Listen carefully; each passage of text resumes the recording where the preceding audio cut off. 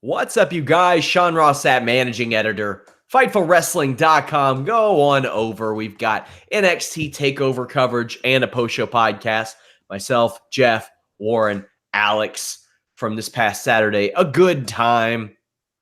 But we've got Alex here tonight, June 3rd, Monday Night Raw. Alex, how you doing? We had a segment tonight that I would say contained one of the top 10 moments on Raw, like, of all time. And the segment, like, made me so happy to be a wrestling fan. And it was so weird that it's that segment. Obviously, we'll talk about it when it comes up. But, like, I was watching going like, man, I'm watching absolute mad insanity genius at work in this segment. And for the rest of the night, I might as well just be watching, any other episode of the thing. It's just so standard. It's weird how that happens. Yeah, that was tonight's Raw was something. It was interesting to say the least. Some positive, some negative, just a little bit all over the map. But overall, when you think back on this Raw, what's the one thing you're going to remember? Firefly Funhouse. It's pretty simple. Yeah, that's it. I don't know that I'll remember that it happened on this Raw. Sure. But I will remember that for the rest of my time as a wrestling fan. I mean, it stood out, and it's not easy to make things stand out on modern day WWE Raw, but hey, there we are. The wild card rule was in full effect. The wild card rule is always in full effect. Sometimes a little too much. But Roman Reigns is out. He's been on 4 straight Raws, so I mean, it's hard to decipher one way or another. He's not a free agent. He's on both shows. Yeah. So, guys, if you all want to throw a wild card our way, donate a super chat. We'll ask any question you want, or we'll answer any question you want. We'll also read your statement. But we get a pretty pointless series of promos from Roman Reigns, Shane McMahon, and Drew McIntyre. But fortunately, they were very short. All things considered, this went into a wrestling match pretty quickly. And I'm okay with that. I thought that this opening segment into the match ended up being all right. I thought that Drew McIntyre and the Revival ended up looking wonderful as heels out of this. But the little promo before, it seems like just one of those things. It's like WWE almost has to do it. Like they can't help themselves. Yeah, it has to happen. It has to be like, hey, remember this thing that we haven't advertised at all over the past few weeks? I know you probably never heard of it. It's called Super Showdown, and it's this Friday. But, like, yeah, we know, and we also know that you're having... That's not what we call it. No, obviously. No, we call it something different. I'll use that later. But, this was fine. I don't know why I have such... I mean, I do know why I have such a huge problem with it. I feel like Drew McIntyre, especially, less so with the Revival, should have a little bit more self-respect than to be the toady for the boss's kid. The boss's grown-ass man of a son who, like it just feels very something they would have done with Shane in 1998 with the Big Show. Like, now it just feels like Drew's palling around with this guy who calls himself the best in the world when Drew could absolutely murder Shane McMahon. Like, that should be the impetus for whenever Drew finally gets tired of running with Shane. It'd be like, best in the world, I'll take you on right now. I'll beat you in 2 minutes. Like, that should be part of it. I don't love the fact that he's like, yeah, I'll absolutely play second banana to this guy whose ass I could kick. I don't love that. Well, I would be okay with it if down the line, when the eventual split does happen, Drew says, well, I was doing it to get ahead in my career. Sure. And he could say something like, I've had one McMahon in my corner. It didn't work out so well. I figured I would try another one. Yep. The Revival attacked Reigns from behind before the Usos saved him. Really exceptional work here, which is to be expected. Here's the thing that I don't get, though. They've got the Usos Revival thing, and it's like, hey, 2 of the best tag teams in the world, even though one of them lost to Hawkins and Ryder 3 times in 1 month. By the way, Kurt Hawkins prior had never, ever, ever won 3 televised matches in a month ever in his career, even when he was a champion. And they're the only team that he's beaten by the way, they're not on TV. I have a need and a desire for my show to make sense day to day, week to week, month to month, year to year. That doesn't do it. Nope. But do I buy the Revival? Can they make me buy them? Yes, they can, because the Revival are very good. And this match was a very good display of that, Alex. This was Drew McIntyre and the Revival doing great heel work, and it was Roman Reigns, who has had plenty of reps playing the babyface in peril, doing that along with the Usos, who are also very good at that. Yeah, I mean, I have no issues with the men in the match. I mean, did I hallucinate this, or did Roman drop casually during his promo, "I'm gonna beat your ass on Friday, Shane, and then at Stomping Crowns, I'm gonna beat Drew McIntyre"? And I was like, are we really running Drew McIntyre versus Roman Reigns back again? I mean, so the joke was in the live staff chat was that he probably mentioned it, but he may not have been supposed to mention that. And WWE never makes anything official till about 11:30 p.m. when my writing team is really wrapping everything up. Then it gets announced on Instagram or something. Exactly. So I thought that this was very good. Shane McMahon kept getting involved. Shatter Machine on the outside, Claymore to finish off the Usos. Reigns got hit with the Claymore as well. This match made the Revival and Drew McIntyre look like really, really good heels, and they all attacked Reigns after the match. What little heat you can actually get off of Roman Reigns as a heel, I thought that this act did. Sure. I mean, a lot of it is them making us trying to make us buy that Shane McMahon could hold his own in a match one-on-one with Roman Reigns. I mean, he throws punches like your little brother. I mean, he's got MMA training now, and he can make it almost all the way across the ring on his coast to coast. I mean, like, listen, I was a big Shane fan back in the day. I feel like at this point, though, I'm able to be like, it's amazing the stuff you can do. I still don't believe you could beat Roman Reigns in a fight. You know, like there's got to be at least a little bit of believability there. And I mean, the whole best in the world thing, as we said, has been running for almost a year now. It's a weird about 7 months. Yeah, 7 nights. And I was like, 7 months. It's been a whole desert pay-per-view cycle. We'll say that from one to the other. It just feels like it's been running on for a year. It's a weird deal with Shane and his obsession with it. This is the fact that he continues bafflingly to be one of the most important in-ring performers on this show that has some of the best in-ring performers in the world signed to it. It just still doesn't make a whole lot of sense to me. I'm fine with him pulling the strings. I don't need him working all the matches too. I would agree with that.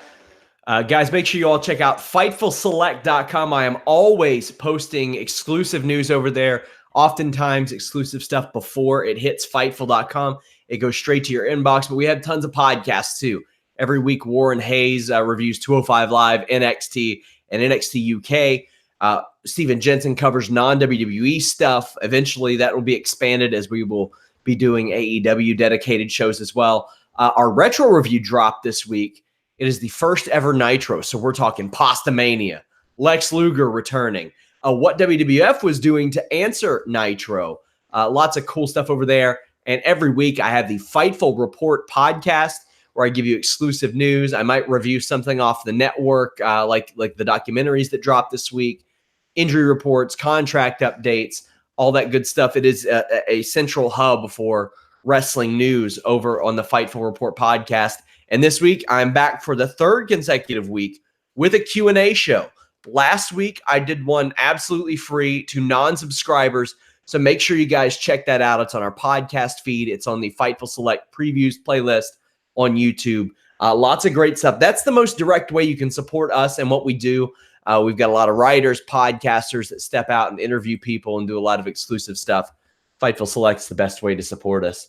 But you can also leave a thumbs up on this video right here. Wildboy87 says, what happens first? Mox back to WWE or Seth to AEW? That's a good question because I don't know that we know what kind of business model AEW will really be able to put forth. I think right now the safe thing to say would be Mox to WWE because we just don't know about AEW. But considering the level of creative frustration we've seen in WWE, maybe not. But then again, I don't know Seth Rollins' contract status. I don't know Seth Rollins' contract status either. You're right in that we don't even know what AEW really is yet. I mean, let him get a full 6 months under their belt before we start saying, the current Universal Champion is Seth Rollins is going to jump ship there. But I will say this. I don't ever see Mox making it back to WWE. He'll go wrestle in Japan full time before he goes back there, I think. Maybe. You never know. You just never know. Because almost everybody has come back. By the way, I'm told that Vince McMahon liked the opening segment an awful lot tonight. Miz TV is up next. Seth Rollins comes out, says he'd be relieved if Brock cashed in tonight. Lesnar and Heyman pull up, pretending they're going to cash in. And somewhere in the middle here, I believe Miz was announced for the Battle Royal. Probably. I think so. So Brock instead holds off and walks around backstage. I thought the Brock Lesnar is disrespecting the Money in the Bank thing was some of the dumbest shit I have ever heard this weekend, Alex. I even waited the entire weekend thinking, like, maybe I'm not getting it. Maybe I'm not understanding the talking point. And I had one person whose opinion I respect said, well, the thing is, the McMahons aren't happy to have things out of their control. And I'm like, I could kind of get that in a little bit, but this ain't new. This concept's been around for 15 years, and they've probably had teased cash-ins over 100 times on this show. Oh yeah, they put Brock into the match. Right? No. I'm sorry. You gifted Brock Lesnar that briefcase. You gifted it to him. You said, "Here, it's yours." As though Shane or Stephanie or Triple H themselves had come out to the ring, walked up, gotten that briefcase, and handed it to Brock themselves. So everyone knows who's been watching this product for several years that the briefcase can be cashed in at any time, for any reason, anywhere, any place, at any moment, and you have a full year to do it. Everyone knows that. So the idea that he's teasing it, we've seen that before. But it's just ridiculous to me that you would belie. You're telling lies and expecting us to just, fine, we'll go along with it. And I feel like we can't do that. It's like as a society anymore. If someone in authority is telling lies, we have a duty as people to call them out. And that's a lie. The lie that he's disrespecting the briefcase. No, that's just the way the briefcase works. It's his privilege. Yes, he's allowed to do that. Everyone's supposed to, and you gave it to him again. So yeah, it's a weird deal, and also it's stupid. Also, for Brock and Paul to even entertain, like, oh, I'm sorry, is Stephanie mad? Then we'll definitely cash it in this Monday on Raw. Like that's what. If the end story of that is that they just felt like showing up to troll her, I'm cool with that because troll Brock Lesnar is solid. Yeah, best use of Brock Lesnar in years. Yeah, I would like it. I want them to make it a little bit more evident, like in this little thing. We'll talk about this later in the show. But if he's gonna troll him, like actually be out and say, "Nah, screw her. I do what I want." Say something like that as opposed to just not cashing in when it would be obvious a chance to do so. Lucha House Party comes out, but Lars starts beating the shit out of them. Lucha House Party gain control, drop kick him out of the ring. He doesn't sell a ton. Like I said, this is very reminiscent of Brock Lesnar and the Hardys, and I think that's fair for what they're trying to accomplish with Lars. It doesn't make him look weak because there's 3 guys, but it makes Lucha House Party look like they have a chance because of how cohesive they are, Alex. All things considered, this is very similar to what we've seen out of Lars and Lucha House Party in previous weeks. Seems like they're out of ideas already. Oh, entirely. But when he came out, by they I mean he is out of ideas. Sure, as we've learned over the last week. Yeah, he, the only person who controls everything, out of ideas, has been for years. But when Lars came out, I thought he's just going to beat them down again. We're doing the match that we're going to have at Sands of Time. We're doing that tonight. Like, why would basically is what they tried to do. And oh no, the little guys, they're plucky. Those little guys sure are plucky. They got a lot of pluck, those little guys. And that's fine. But we're doing the interview with Lars Sullivan tomorrow, which, set your VCRs now. Don't want to miss that. So I'm assuming Lucha House Party will interrupt that. Or as Michael Cole said, and I was like, oh my God, they might have actually changed their name. He said, the Lucha House Party hoping to become the Lucha Avengers this weekend. And I was like, did you please tell me you're not calling them the Lucha Avengers? Like putting it together so the A serves as the last letter of Lucha and the beginning of Avengers, so it's Lucha Avengers. Yeah, they'll do it in a heartbeat, and we have to go along with it. Yeah, I'm ready for this match to just happen. Lars is going to win. We'll make our predictions on Tuesday. There are so many matches that are happening on Friday that I want to be over so they can move on to new stuff. That doesn't instill a ton of confidence in me, honestly. Speaking of Tuesday, 2 p.m. Eastern over on the MMA channel or FightfulMMA.com, myself and Showdown Joe have a big MMA podcast. UFC 238 this weekend. Donald Cerrone, Tony Ferguson. That is a title-level fight. Valentina Shevchenko, Jessica Ai, and Henry Cejudo versus Marlon Moraes for the bantamweight title. You want to know what's interesting about Henry Cejudo, Alex? Tell me. You know how WWE always, or Vince McMahon always so badly wanted a Mighty Mouse character? Yes. That was the guy that WWE recruited to be that Mighty Mouse character. Wow. It was Henry Cejudo. They recruited him. The irony being that Vince McMahon so badly wanted to market this Mighty Mouse character.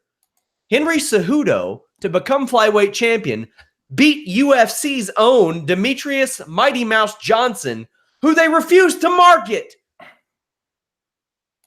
So UFC had the Mighty Mouse that WWE always wanted, and he has been replaced by the Mighty Mouse that WWE literally wanted. We're talking about it Tuesday, 2 p.m. Eastern. We will have a post show this weekend as well. Alexander Gustafsson retired this weekend. It's going to be a wild time. King Mo retired. Lots to talk about over there. So, boy. Up next, I saw one of the worst matches in recent Raw memory. Oh, man, this one hurt me. Becky Lynch is in the ring, says she's never been more content than she is now. I get a feeling that changed. Poor Becky had to witness this from ringside. Like, she's going to need some therapy. Woof. This was bad. She's joined by Lacey Evans, who jaw jacks back and forth. Becky makes fun of her accent. Wild card in full effect as Charlotte Flair comes out next. I did like that she said, which one of you are going to hold the ropes for me? That was a nice little touch. Oh, boy. Charlotte Flair references her title reigns in relation to her father's. I think that's the first time she's mentioned that on the air, Alex. I think so too. It's what we're all thinking, so it's good for them to come out and talk about it. And to be honest with you, it triggers a lot of people. It really does. So I mean, that's good for her as a heel. Yeah, sure, absolutely. And then out of nowhere, Lacey punches Charlotte, and we get a match. Yeah, the punch thing, like the women's right, it knocks you out in the match. But if it's done like outside the context of a match, it knocks you down, then you shrug it off. Like both the first time that Becky took one, she didn't even go to one knee. First time that Charlotte took one, it just made her angry. So it can't be I don't think it can be the thing that finishes people automatically in a match. And then is done any other time and place. It's a mild annoyance. I feel like you got to figure out what it is. Oh, boy. This match was so bad. It's so bad. One of the worst, in my match ratings that I post on Select, I run a live blog with those. They'll be up on Fightful in the morning. This was maybe the lowest that I've rated a match since I've started doing them. They were not on the same page for almost anything. And sometimes that's okay. It looked like they went out there and didn't plan anything. And maybe that was the case. I don't know. Mhm. But I hate to use the term botch fest, but man, they were just all it went beyond like this is a tough, sloppy fight to they got to get out of the ring. Like, and fortunately, Becky stepped in there and attacked, and that was that. This was just so bad. Yeah, they were completely out of rhythm. Didn't know where anybody was coming from. It looked like two first weekend LARPers down at the park. Like throwing like, hey, I've got my broadsword. LARP is such a fun term. We used to call people who would come into the gym and pretend that they had MMA training. We call them LARPers. It's such a fun term. I've got my broadsword and you've got your Morning Star. Let's go and have a battle. And it's just two guys like gingerly banging swords together. That's what it looked like. Oh, okay. Well, you're into that sort of thing. It's Pride Month, man. Damn it. I thought this was a match that was going to happen on pay-per-view down the line, and it's probably a good thing that it didn't. I was like, oh, you know what? It's probably not a good thing because it should have happened way, way, way far away from right now. It should not have happened tonight. No, it was entirely. I don't know. I understand what this proves. Like, Charlotte's on SmackDown. Becky is the Raw champion. I understand the wild card rule and everything, but Charlotte and Lacey having a match to what? Like, to prove which one's better? Okay, great. Shouldn't Charlotte be worrying about Bayley since Bayley's the champion of the brand that she's on, and Bayley cashed in on Charlotte? Like, there's a whole that's a thing. Charlotte should be on SmackDown doing SmackDown stuff. Let Lacey listen. I'm completely done with Confederacy Barbie being the top contender on Raw, at least for now. Can't work in the ring. She is excellent with character work. Yeah. Can't hack it in the ring based on what we've seen. There's got to be other people. I think she will be able to hack it in the ring eventually. That's fine, and she will, and she may very well be. Her character work, as we've said, is very good. In some people say it's outstanding. I wouldn't go that far. I say it's very good. So that's great. And that's going to improve too. She's still a young performer.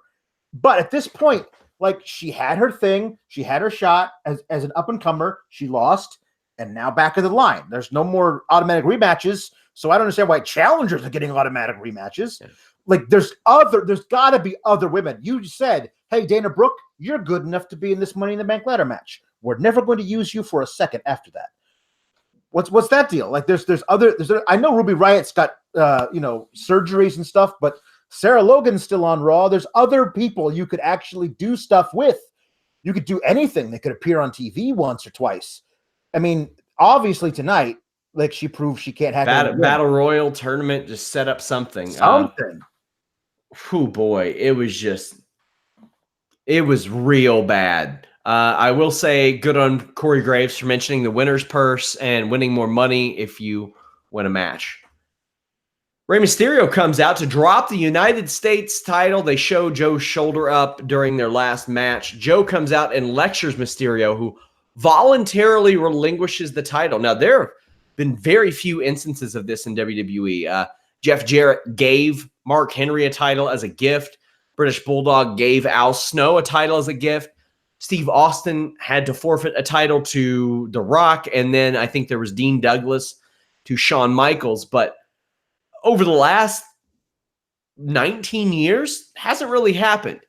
I want to know how you feel about this, considering what happened in their match with the shoulder up, because to me, it's a little bit different. It's not like somebody can't go out there and compete. It's like I saw it, as far as Rey is concerned, a bit more of a babyface move, although he should have acknowledged, maybe I missed it, hey, man, your shoulder was up. This should be yours anyway. Right. There was a moment where you could tell he was thinking that, yes, but didn't say it. And I was like, you inferring the extra mile and actually inferring things in WWE is quite stretched too. Right. No, he says, Rey, my shoulder was never on the mat. And Rey just sits and looks at him. Doesn't say no, it was blah blah, or still that the ref's count is final or whatever. He just sits there and does it. He could have said, you're right, and that's why I'm giving this back to you, but don't think I won't be coming back for it again. There's so many ways that all it would take is like 4 or 5 extra words, and it clears up all that extra stuff that we gotta do questions about. All you have them say is, "You're right, Joe. You're right. Your shoulder was up." And if I was healthy, we'd have a match for this title right now. And then I'd prove that I could beat you for real. But because I can't do that, I'm going to give this back to you since I never technically beat you for it. But when I'm healed, I'm coming back and I'm taking that title. There it is. There's your whole thing, as opposed to whatever that is they did. But I mean, Samoa Joe, we don't know. The reason I was told, I mean, I read that that they went to that finish to begin with was because Joe broke his nose and they were worried about blood being everywhere, and they were like, okay, just get it done. And that's why maybe Joe was kind of confused and like, why are you rolling me up? And so he was trying to get out of it. Like, I don't know, but it was a very odd finish to that match to begin with. So I'm okay with this in this sequence here of Mysterio giving it up to Joe, but I would love to see a Mysterio comeback when he does, actually making good on that title, on that threat, and coming back to either face Joe if Joe doesn't have the title, or to go after the title itself. Yeah, so Joe is the champion again. We'll see what comes of that. But overall, thought this was solid. Ray could have went the extra mile. But then again, as we've learned over the last week, as John Moxley will say, if you go off the script, Vince will chase you down in a hallway and yell at you. Yep. And John Moxley himself said, the reason I didn't go off the script to make sense of things is because somebody might get fired for it. Yeah. And that's quite a steep thing. Arm wrestling match. Braun Strowman beats Bobby Lashley. There's a big tease until they finally arm wrestle, but it didn't last too long. Lashley then throws powder in Strowman's eyes. This was much quicker and shorter than I expected. The crowd got into it a little bit. Yeah. Pretty harmless, all things considered. They could have done literally anything else. Yeah. Yep. I'm gonna pitch you something real quick for this thing, because I've been wondering for weeks, why are they even having this match at Super Showdown? What if this was the reason for it? What if you had done this segment 2 weeks ago? What if Bobby Lashley had been like, Braun, you think you're so strong? I bet you I'm stronger than you are. And Braun good-naturedly says, you know what? You're on. Next week, let's have an arm wrestling contest.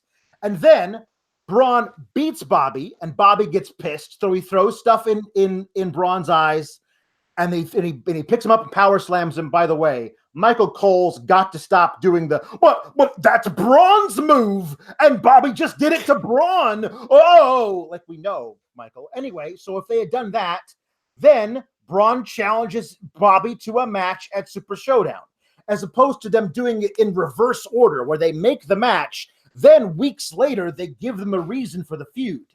Like, this stuff shouldn't be this hard, guys. Like, I actually love the idea of Bobby thinking he's stronger than the strongest dude in the locker room and wanted to prove it. And then when he's proven wrong himself, he gets pissy. That's a good reason for a feud. But they booked in reverse. They booked everything in reverse. Come on. I like your idea a lot. I mean, as elementary as that is, that with these two guys, especially Braun. Yeah, this whole thing, Braun and Bobby basically are guys who would have a bench pressing contest. They should be having an ambulance flipping contest. Yes, they should. They should be going they should go from like a Volkswagen Bug up to progressively much larger vehicles to see who could flip the biggest car. I would really like that. Like just them tearing shit up in a competitive nature. Yep. That might be a way to get Bobby a little more over as well. That's true. He could definitely use it. The Iconics are backstage trolling Nikki Cross. Alexa Bliss shows up to show her support with some pretty bad scripted dialogue about shrimps on the Barbie, but Iconics are great in their backstage stuff. And apparently WWE has recognized that to some degree, because they had them like running around and interviewing Roman Reigns this past week, which, hey, again, you see a little more of that likability of Roman Reigns when he's not scripted. And it hurts me. It aches me so much. And I'm like, oh, that guy, he's really charming. He's really funny. Yeah. And he's trying to make the best out of a bad situation. And okay. The Iconics, left to their own devices, are hilarious. Hilarious. And then they overproduce them. They give them a script to write to read. The jokes are terrible, and they can't make it work. I mean, they make it work 45 to 55% of the time, which is like that's a pretty good batting average with the kind of crap they're being given to say. Yeah. But backstage, their stuff is just so good, where like they can't remember the people's nicknames when they're back. What they call you? I forget. Like they're great. I love it. I want to see more of that. Put that stuff on TV as opposed to the stuff that you're overproducing, because it's much better. I would also love it if they would have tag matches, maybe even to defend those titles, maybe even successfully. Maybe that would be something. If you're going to call them, they're going to celebrate. I understand they're heels and they're doing it ironically, but if they're going to celebrate being the longest reigning defending women's tag team champions, maybe they should have matches wherein they defend those tag team championships successfully. Maybe at one point or another within that long title reign, they should be doing that as opposed to losing singles matches every week. Yeah, so we have the match.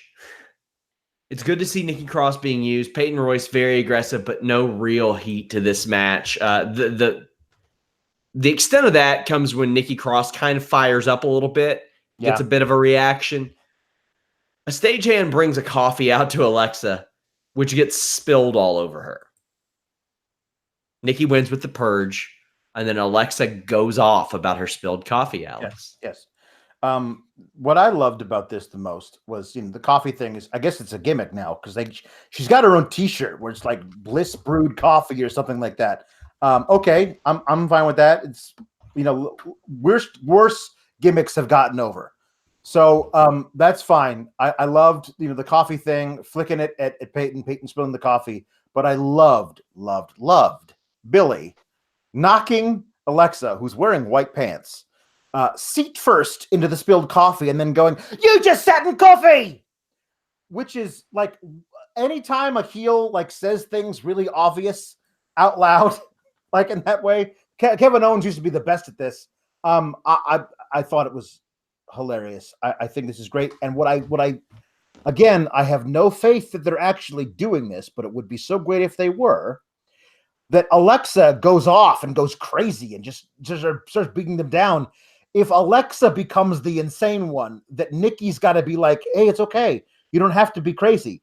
Like, that's a cool dynamic. Also, not for nothing, it's really great getting to see Alexa be physical again. Like having her go in there and throw it down a drop kick, hit a DTT, when we all thought, a lot of people were saying, "Oh, maybe this is it for her, maybe as an in-ring performer," when she had to step aside for a while. So I'm happy to see that. Yeah, Alexa has never been involved really in an extended in-ring storyline outside of the top title picture, really. And this is probably her moving into a tag title picture, which makes me question, do they really know how to book her when Gold isn't involved? But I guess we'll see, because I guess we won't see, because Gold will probably still be involved here. I fully expect to see Alexa and Nikki teaming up against these two, and I'm okay with that. Yeah. I like it. I just wish they would have some sort of storyline for these tag titles, as you mentioned. Yeah. I mean, they said they were having one on SmackDown. Yeah. Asuka and Kairi Sane were supposed to be challenging for that. I don't know what happened to that. That seemed like it was a month ago now. They're not even on TV on SmackDown. So just give the Iconics somebody to fight in tag matches. Yeah, I think the only match that they've won is against a couple of jobbers in April. Yeah, there you go. And that's it. So it's a good thing they've been such defending champions for so long. Yeah. Seth Rollins comes out, says that he knew he was going to have a target on his back. Brock's music hits, but he doesn't come out. He dares Lesnar to show up, but instead he gets Baron Corbin, who was practically the same, Alex. Practically, yeah. Well, Baron's spoiling for a fight, as they say. He is. A brawl breaks out. Lesnar's music hits again. That allows Corbin to hit End of Days. Nobody gets up from End of Days. Brock Lesnar could have ran down and pinned Seth Rollins right there, based on traditional WWE history. Yes. Lesnar's music hits, and he has a steel chair and a ref. He hits Rollins right in the penis. It's true. It is true. It did happen. German suplex, chair shots, F5 on the floor, more chair shots. But Brock doesn't cash in. He says he's going to cash in on Friday, Alex. This doesn't make a whole lot of sense to me. Maybe they will make sense of it. I don't have an outstanding amount of confidence in such a thing, but it doesn't make a lot of sense. Like Brock just wants to win in Saudi Arabia so bad, I guess. Or maybe he wants a different title is what he's specifying. Right. I mean, I've seen a lot of this on the old timeline. It's people like, I'll bet you he catches it on Kofi. I mean, maybe, but it would be the first imaginative thing they've done in the desert so far. I mean, I guess it's the deal. Here's the deal: they want everyone to get the network or use the network to watch their Blood Money Dictator show. They want people to watch that live, and the way you get them to do it is you like. Who knows? Is Brock going to come out of there with the Universal Championship or the WWE Championship or neither? It was weird. A lot of things weird with this. I can't buy Brock not just pinning Seth and being like, now I'm the champion. You can have your rematch in Saudi Arabia if you can get there. You know what I mean? Like I mean, I don't know if you're cleared by then, because he really did put a hellacious beatdown on him. The other thing that made even less sense is later they talked to Baron Corbin, and Baron Corbin's like, "Oh, it's great. Brock softened up Seth for me. He's got at least 5 or 6 broken ribs. I'm going to beat him easily in Saudi Arabia, and then I'm going to be your Universal Champion." And I wanted the interviewer to be like, "Yeah, and then Brock's going to cash in on you." That's never crossed Baron's mind at this point. It's just very, very odd. I did love Heyman, like knowing there was a plan, going in like, okay, when do I tell the ref to cash in, and begging Brock to do it, and Brock being like, nah, I changed my mind right now. I thought that was a good wrinkle to it. Like, yeah, Heyman and Brock being on completely separate pages. They were in different books. Like, I like that about Brock constantly defying what Paul thinks is going to happen. There's a stretcher job. Seth Rollins gets wheeled off. We see Becky Lynch by his side.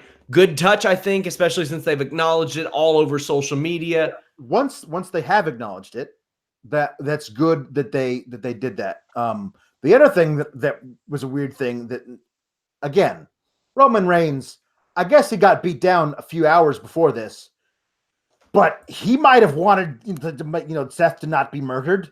Maybe he, at least is backstage, coming out of the trainer's room saying, "Hey, what happened?" Like something. But I mean, like, you have these guys who are canonical best buds. It was always great to me back in the old days where guys had friends. You knew they were friends, and when things happened to one of them, the other guy was always there trying to help out. Friendship doesn't exist in WWE unless you're like part of a tag team. It's a weird deal. I wish that Roman had gotten involved. Hey, I wish that Seth had gotten involved when Roman was getting beaten down. Like, if you guys are best friends, it's a weird thing to just like let it happen. No, I'm sure it'll be fine. Maybe not. Yeah, overall, I thought this was just a really, really good segment, and that does not excuse the stupid talking point of, "Oh, he's got to cash in." That's the dumbest shit. No, so stupid. Like, I wanted Heyman to show up with a team of lawyers, like pointing to the contract where it says he has 1 year to cash in. Yeah, like nothing that you're saying changes that. Like, it's stupid, so stupid when they get in their own way when they do this kind of stuff.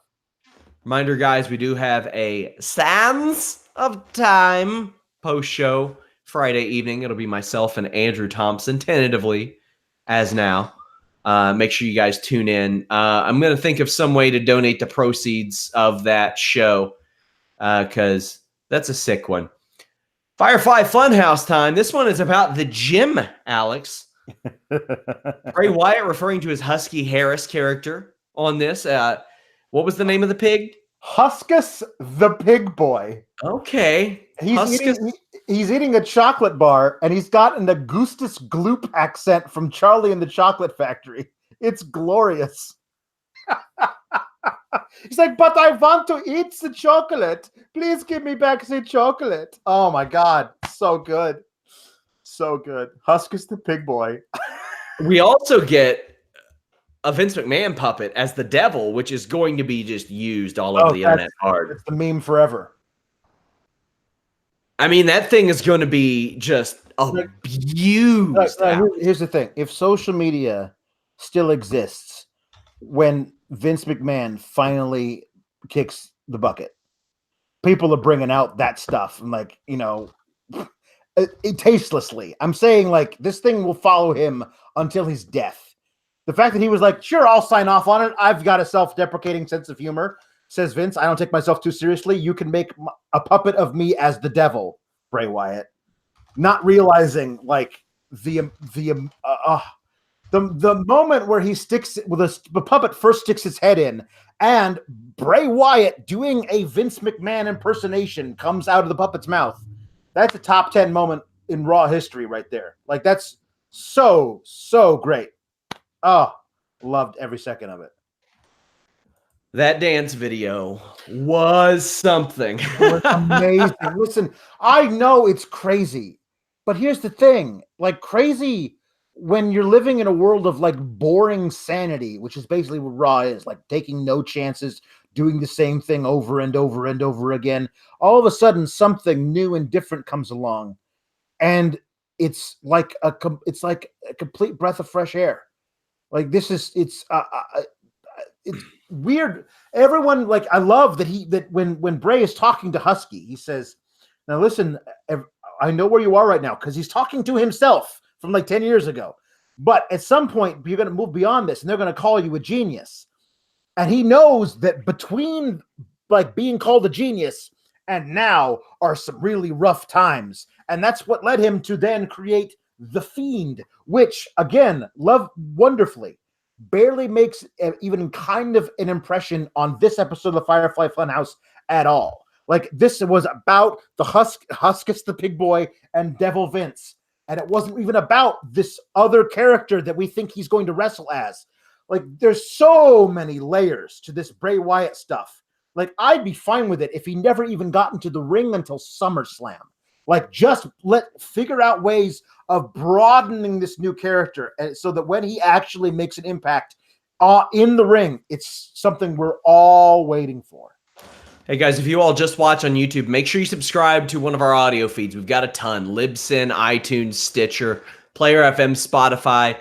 The Women's Wrestling Podcast, The Division, will be back there this weekend, as well as P.D. Williams' Wrestling Perspective Podcast. You get kind of a behind-the-scenes look at how Impact Wrestling works. So make sure you guys subscribe to any number of those feeds. You can also download or stream them directly over at Fightful.com and FightfulPods.com. Make sure you guys tune into that this weekend. Kristen, Warren, and Jeremy will be on with the Division podcast. Backstage, Carmella is looking for R-Truth. We'll get back to that. Mm-hmm. Nutsack time. Triple H comes out to NXT chants. Orton interrupts. Triple H says he's going to kick Orton's ass in Jeddah, but Orton's not the one to put him away. Orton wants Triple H to retrieve his balls from Stephanie's purse. Just a good old-fashioned ball sack promo, Alex. This was short, sweet, about nuts. Triple H says maybe he can fit his into the overhead bin, which seems very uncomfortable, by the way. Mm-hmm. You got to close those. Yep. But Orton's never had any. Okay, whatever. As long as it's this short, why not? Yes, it's short. It's a weird thing. Like I really love the beginning of this. Where Triple H said, like we've done this so many times. Like we're coming out here to sell the match to these people, to get them drum up interest in this match. So I'll say something horrible to you. You'll say something horrible to me. Maybe even physicality will take place. And people will be, oh, I can't wait for the match this Friday. But we've done this a bunch of times, so I'm not going to waste your time or theirs, and that was it. I was like, well, that's interesting. But then, it just basically becomes, well, let's take your balls out of your wife's purse. And then the other guy says, I would, but they're too big. And then after that, Michael Cole goes, two legends at the top of their game. Like the top of their game is ball sack humor. Come on, they are better than that. That's not the top of their game. I like that it was. Well, maybe not now, but they used to be at one point. I'm fine with this. Listen, this is one of those matches that exists at sands of time, simply to it's a nostalgia act. They're doing 2 of these. I mean, Orton is the only like full-time performer out of 4 guys in these nostalgia acts that are going on so that's cool. But they do basically treat Orton as though he's a kid, which he is in no way anymore. Yeah. Rob Wilkins says, I think Stephanie has my balls in her purse too. Join the club. I think she has everybody's on the shows in her purse at any given time. Pusha Testy says, just want to support. Thanks for the show. Thank you. Brett B says, I want Truth and Carmella to hide in the Christmas tree shop, only to be discovered by the whole Foley family who are working as Santa and elves. Brett B says, it's an off season, so it makes sense to hide there, I guess. Yeah. Up next, Ricochet against Cesaro. These matches are just so good. They go 100 miles an hour. Ricochet did a running tornado head scissors. I've never seen that before. My God, that was nuts. That was as flippy can get. And listen, Cesaro is the perfect guy to be basing for these high flyers. Like he's got enough agility as it is, so he's not just lumbering around in there. But he can absolutely do anything these guys need for him. He's a jungle gym for them. For Ricochet especially, it's awesome to watch. Yeah, this was just great. The chemistry here off the chart. Even when they're a little bit off, it's on. Like the finish where Ricochet ended up going into the roll-up. It's really hard to put into words the physical accomplishments in this match because they do work so well together. And this obviously is like a best out of 7. It's my hunch without them officially announcing it. Now, afterwards, Cesaro attacked Ricochet, and Cole said, Cesaro knew how important this match was, and I'm thinking, huh? They're going to face each other next week. Probably. I mean, I either that or they'll do promos about whatever, and they'll have maybe here's what they're going to do. Cesaro will win next week, and then they'll skip a week, and then they'll have the blow off at Stomping Grounds, and it'll wind up being a best of 5, and maybe there'll be something on the line there. The winner of that gets a title shot or something. But I'm fine with that. The matches are great, but I wish they would like Ricochet won this exact match versus the same exact guy last week, and this week he won again, and they were like, "This might be the biggest win of Ricochet's young career." It's the same victory he had last week. Is it bigger than last week? I don't like. It's a weird thing that they love to do all the time. Everything's the biggest ever. Afterwards, Cesaro pulls out a table, which R-Truth is on. Yeah. Phenomenal visual. Yeah. The content of the 24/7 championship is outstanding. So this past weekend, Jinder Mahal became the first person to ever hold the WWE championship and the 24/7 championship, which somebody said, technically, Mick Foley held the championship. And I was like, well played. Yeah. As he showed up in gear, which made it even better. Yeah. On a golf course and pinned R-Truth. R-Truth won it back, becoming the first 3-time champion. Yeah. Cedric Alexander got a little bit of shine here, did a flip onto the pile. That was good. Truth runs back into the ring, and he's face-to-face with Drake Maverick. Now, Triple H told me last week that the whole Drake Maverick push in this regard, was just because he started to actually put up those signs backstage at Raw. He was actually doing it. And then they were like, that's hilarious. We're doing this on the show. Nice. So that got him a little bit of a push there in that regard. Carmella super kicked him. I thought that worked for everybody involved too. It's great too. And the way he sold it with the papers flying in the air, that's all great. It's all Maverick's great, man. Rockstar Spud. He was great in Impact, and he's great as Drake Maverick here. It's a weird thing. They're still having him pull double duty as super serious general manager guy on 205 Live and complete and utter clown on Raw. Like, it's a weird thing that you like. that he can do both. They're having him do both without one belying the other. But I found it funny.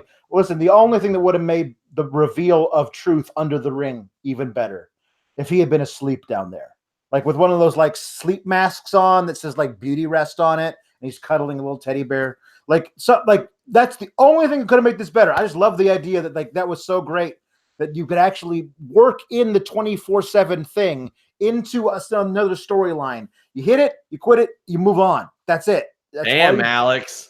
I'm setting you up for him, man. I'm setting you up. Jesus. I'm setting you up. I'm supposed to be the crass one on this show. You've got a family. Damn. They never listen to the podcast, so it's fine. Well, sometimes you're facing the clock, Alex. Yeah, it's true. Sometimes you got your back against the wall and you don't think you're going to have time. Or maybe you need a bit of an extension. Ah, yeah. Sometimes your dong doesn't hit quite at the right time, Alex. Yeah, you got to wait until the end of the night. Sometimes your dong only shows up for specific motivation. You know what I mean. Fortunately, Blue Chew can help. Blue Chew brings you the first chewable with the same FDA-approved active ingredients as Viagra and Cialis, but they're better, they're stronger, they're faster, and they're cheaper. Take them anytime, day or night, full stomach, empty stomach, whatever. They're chewable. They work up to twice as fast as a pill, so they're ready when you are. They're prescribed online. They go straight to your door in a discreet package. The old mailman's not going to be like, sup with your dick pills. Not going to know. You don't have to have a problem to need Blue Chew. It is a performance enhancer. Maybe you've already got Hall of Fame performance, but you're trying to get that extra payday. You want a super showdown, but you don't want to battle the sands of time in doing so. They're made in the USA and prepare and ship direct. They're cheaper than a pharmacy, and you can get them for free right now at BlueChew.com when you use that code FIGHTFUL. Just pay $5 shipping. Code FIGHTFUL. Hit them up at GetBlueChew on Twitter and say, you know what? Maybe I'll try you. Maybe I haven't tried you, but damn it, I love those plugs. And you know what? When you take Blue Chew and use the code FIGHTFUL, somebody else is going to like your plugs. Undertaker came out, said he doesn't want the family man Goldberg. He wants the mythical icon. Then he says Goldberg is next, and the show abruptly cuts off. Yep. Because somebody didn't tell Mark they don't have an old they didn't tell Mr. Calloway they don't have the overrun anymore. Like it was weird. Like he thought I'll hold this out, and around 11:04 I'll start in with rest in peace. But no, you don't have that much time anymore, Taker. You don't. Sorry. Do you know how upset I am that I can't do a Blue Chew segue on 6-9? That is not what I would call nice. No, it's true. You should tape one and then run it back later. I could give them a free one. They are very good to me. They passed me some voiceover work on the side, actually. Nice. A few months ago. There was an outlet that wanted to do them, but they were like, well, we don't know how to do it. And Blue Chew was like, this guy will record it for you. So I think my dick pill ads were actually running on Bleacher Report for a while. Nice. Hey, that's what you got to do. I mean, I got people tweeting me right now, nice Blue Chew plug. And I'm like, that's what they'll say. Yeah. That's what they'll say to you. That's what they say to you. Alex, the sweep didn't happen. No, it did not. Nobody got swept. Anything to say? Do you have an apology to issue? No, I mean, listen. I honestly, what I would have loved to have happened. So I would have loved for Toronto to have won Game 2 on their home court by 20 points, and then lose 4 in a row in increasingly frustrating fashion, just so the Toronto fans could know my pain. But as it is, it looks like it's going to be a good series, unless Kevin Durant comes back and says, "Oh, y'all thought you could win without me? Well, watch me put up 40 in the next 3 games, and then I'm out. See if you can win with me next year." Like I would not put it past him. Thank you to Eric Van Summeren for the super chat. I will be doing a Q&A show again this week on Fightful Select, guys. Make sure you guys tune in. That's the most direct way to support us. The Fightful NBA Draft Podcast. You join us for that, Alex? What's the night of that? It's the night of the draft. We may just run it live after like draft pick number 3, because that's all that matters, and react irrationally to everything. I just don't know what date it is. You have errands to run? I don't know. It's not. Might not be errands, but I might be out of town. You might have errands. Yeah, is what you're saying. I might be an errand boy. Yes. One of my favorite things to do is to just overreact to everything that happens during the NBA draft. So good. I do not get paid to cover the NBA, and people will say, "Stick to wrestling," and I'm like, "You think, dummy?" I said that the Lauri Markkanen for Jimmy Butler trade was bad. I'm glad I was wrong about that one, but we're going to just completely eviscerate the draft, even if it's a great one. I looked it up. I will not, unfortunately, be able to take part in that. I'm going to be on a road trip with my family. You son of a bitch. I'm a son of a bitch. You are a son of a bitch. Yeah. But we will have a star-studded cast for that show. Andrew, Jeremy, maybe even Joe Holbert will pop up on there. Ooh, you never know. Philly fan. Get some British NBA takes. Yeah, that's always good. I would be down for that. We'll see how it ends up. Leave us a thumbs up, guys. I'm trying to move the plugs out from the beginning of the show, kind of get you all into the show immediately. Supposedly this week we are going live for Listen Your Boy again. We have a new producer. Melissa sucks at it, so she's not doing it anymore. Make sure you guys tweet her. Tell her to buy me a Nintendo Switch. Until next time, guys, we're out.